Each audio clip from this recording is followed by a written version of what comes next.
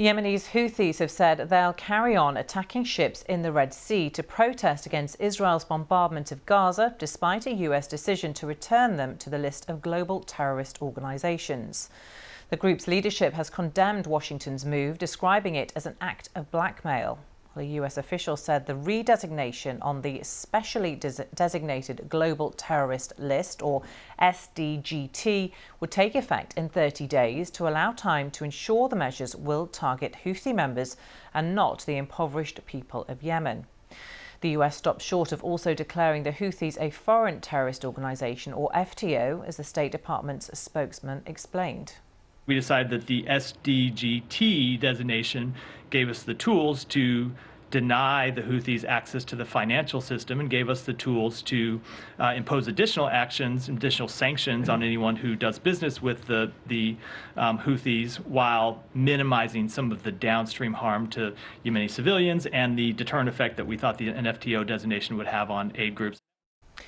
Well, just before we move on, let's just take a look at who the Houthis are. Well, they're a political and military group from a subsect of the country's Shia Muslim minority, the Zaidis. They control a large part of Yemen. Most of the population lives in Houthi areas, including in the capital, Sana'a. Its control of the Red Sea coastline makes it attacks on commercial shipping possible. The movement formed in the 1990s against this man, the then Yemeni President Ali Abdullah Saleh. In the early 2000s, they fought a series of rebellions against Yemen's government. President Saleh tried to eliminate the Houthi rebels but failed. Since 2014, the Houthi movement has been fighting a civil war against Yemen's government.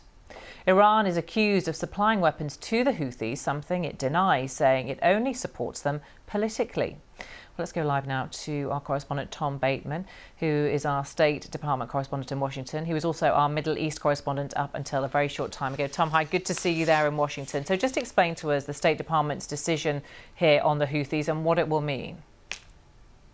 Well, what they've done is to re-designate effectively the Houthis as a terrorist organisation, but it's not as straightforward as them just putting them on a list, because what you heard there from Matthew Miller, the spokesman, was the kind of designation that they are using. Now, without getting sort of lost in the weeds of a jumble of letters, he mentioned the type that this is. There are effectively two forms of designation. One is a bit tougher than the other. Now, under the Trump administration, in its dying days, President Trump designated the Houthis as a terrorist organisation under both of those lists. One of them effectively means that there can be criminal sanctions. It would be a crime to provide material support to the Houthis. So that's obviously a massive disincentive, and that is why aid groups in particular, back then in early 2021, were really worried about this, because they thought it would prevent or make it legally very difficult for them to provide aid to people that need it in Houthi-controlled areas of Yemen. And with the dire humanitarian conditions there, they were very, very worried about the impact. So within a few weeks, the Biden administration reversed the Trump decision under both of those designations. Now, what has happened now is that the Biden administration has re-designated the Houthis under the sort of lower level, or the slightly less severe designation, and that is this specially designated global terrorist group, as opposed to a foreign terrorist organisation. I think really it got to a point where the pressure was so great on the administration that they felt they had to do this. President Biden, for example, was asked a couple of days ago by a reporter, are the Houthis terrorists? He said yes. I think it had become inevitable they were going to do this designation, given, of course, that they're carrying out military strikes against the Houthis in Yemen.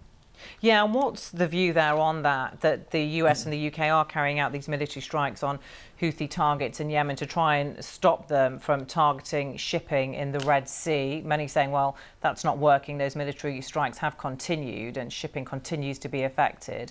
Some are suggesting that by now introducing this designation, that's a sign that actually they are recognising what they're doing so far isn't working. What's your view?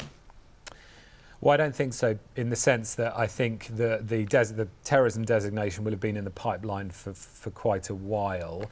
You know, the big action here is the military action. The terrorism designation, I think US officials would see this as a sort of far lower level, you know, piece of policy or activity. And the reality is it won't have that much of an impact on the ground as far as the Houthis are concerned, because they're already subject to so many sanctions. I mean, Matt Miller was asked in that press conference about this, and he said, well, they hardly have a bank account in the Bank of New York. They're already subject to a lot of sanctions. So largely it's symbolic, although it will still come with those concerns about an impact on humanitarian aid.